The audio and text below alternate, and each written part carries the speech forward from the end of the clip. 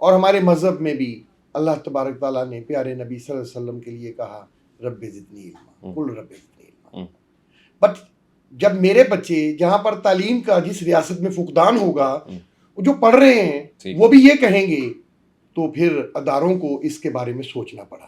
ڈکی کے کتنے متاثرین ہیں جنہوں نے آپ کو کمپلینٹ کی؟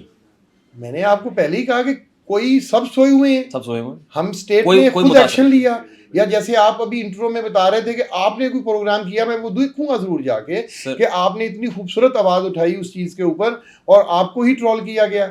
آپ یہ کیوں اب مطلب نہیں سمجھ سکتے کہ جو میں نے ان کو پکڑا ہے تو مجھے کتنا ٹرول کیا جا رہا ہوگا. اب میں اس خوف سے میری اے آئی بیسڈ ویڈیوز بنائی، دیکھیں میں نے گنجا کرتا ہے، پھر مجھے نچانا شروع کر دیا. اب یہ بتائیں کرائم نہیں ہے؟ آپ نے کمپلینٹ کیوں نہیں کی؟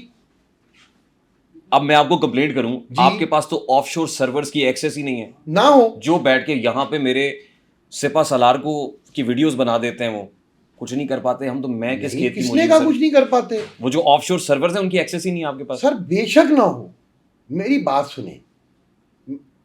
آپ کی ذمہ داری کیا ہے ریحان؟ آپ کے ساتھ کوئی زیادتی ہو، آپ کے ساتھ کوئی کرائم ہو، رپورٹ کریں. رپورٹ کیوں نہیں کرتے؟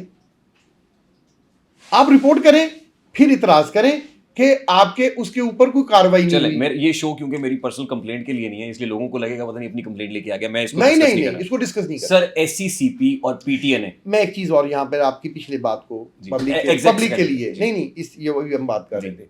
آپ کمپلینٹ لے کے آنے کے لیے نہیں آئے.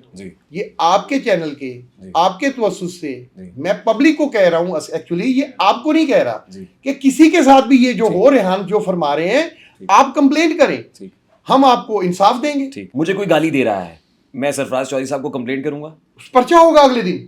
نہیں وہ کون کرے گا؟ وہ ہم کریں گے. وہ این سی سی آئی کرے گا. یعنی یہ آپ کی ڈومین ہے کہ مجھے کوئی گالی دے رہا ہے. یس. اگر باہر سڑک پہ کھڑا ہو کے مجھے کوئی گالی دیتا ہے، کسی بھی سوشل میڈیا پلیٹ فارم پہ آپ کو واٹس ایپ پہ کوئی گالی دیتا ہے، آپ سوشل میڈیا پلیٹ فارم جی اگر یہ قانون تو جب سے پاکستان بنا ہے تب سے بھی ہے. پنجاب پولیس میں فزیکلی گالی دینے کے لیے پرچہ ہے. پنجاب پولیس میں جی ہے. پنجاب پولیس میں جی 505. آپ کی جو ڈومین ہے وہ ڈیجیٹل کی ہے. یس. ڈیجیٹل ورلڈ میں اگر کوئی تھرو واٹس ایپ ابیوز کر رہا ہے، سوشل میڈیا، فیس بک، ٹویٹر، انسٹا، کوئی بھی، جیسا کہ آپ نے 90s کی دہائی میں سنا تھا کہ جی پوری دنیا گلوبل ولیج بننے جا رہی ہے، تو آج میں آپ کے توسط سے دنیا کو بتانا چاہتا ہوں کہ گلوبل ولیج یہ سائبر سپیس کی وجہ سے ہے. جیسے آپ کے کنٹری کی ایک باؤنڈریز ہے، فزیکل باؤنڈریز ہیں، ایسے ہی آپ کے کنٹری کی سائبر باؤنڈریز بھی ہیں. تو اب دنیا کو سائبر باؤنڈریز کو بھی اتنا ہی امپورٹنٹ ہے سیکیور کرنا جتنا آپ کی فزیکل باؤنڈریز کو کرنا ہے. سڑک پہ بھی کھڑا ہو کے کوئی گالی دیتا ہے، وہ جاتا ہے پولیس کے پاس، تو ظاہر ہے وہ ایک ڈسپیوٹ ریزولوشن کا پلیٹ فارم ہے. پولیس کہتی ہے یار معافی مانگ لو، سب سے پہلے تو یہی ہوتا ہے نا. اور ظاہر ہے آپ کے پاس بھی بیک لاگ اتنا ہے، آپ کے پاس اتنا وقت کہاں ہے کہ ایک گالی دینے والے کو پکڑیں گے اور دوسرا آ کے کمپلینٹ کہے گا انہوں نے گال کر دی ہے، سرفراز چودھری صاحب ادھر سافٹ ویئر اپڈیٹ کرو. آپ کے پاس ٹائم ہی نہیں ہے حضور. نہیں ریحان صاحب، ہمارے پاس سینکڑوں نہیں ہزاروں رجسٹرڈ کمپلینٹ ہیں اسی سبجیکٹ پہ. جناب بہت مصروف ہوتے ہیں، کبھی دوبارہ وزٹ کریں NCCIA کو، میں آپ کو پورا ڈیٹا دکھاتا ہوں. یہ جس گالی والے سبجیکٹ پہ آپ بات کر رہے ہیں، ریڈریسل کتنی کمپلینٹس کا ہوا ہے؟ سوری، ریڈریسل کتنی کمپلینٹس کا ہوا ہے؟ 100% ہوگا.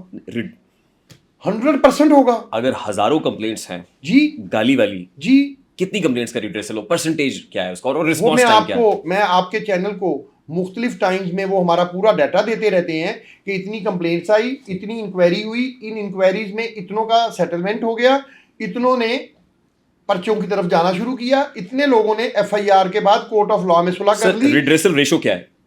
100% ہے. اگر ابھی میں ایک کمپلینٹ لانچ کرتا ہوں، رسپانس ٹائم کیا؟ کتنی دیر میں؟ نہیں، response time is another question. This is what I'm saying, sir. Response time تو دیکھیں اس میں ٹائم ویری کرتا ہے.